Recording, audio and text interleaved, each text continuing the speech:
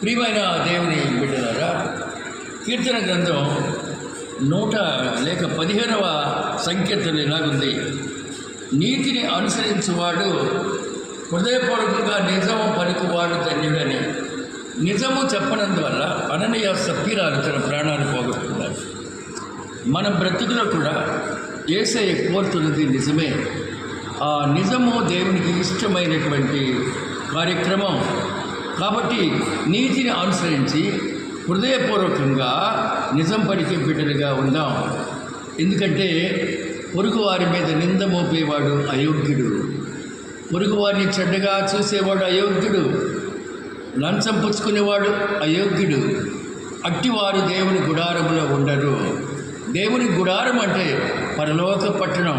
దేవుని గుడారములో అతిథిగా ఉండాలంటే నీతిని అనుసరించి జీవించాలి. దేవుడి పరిశుద్ధ వాక్యం దీవించును గాక.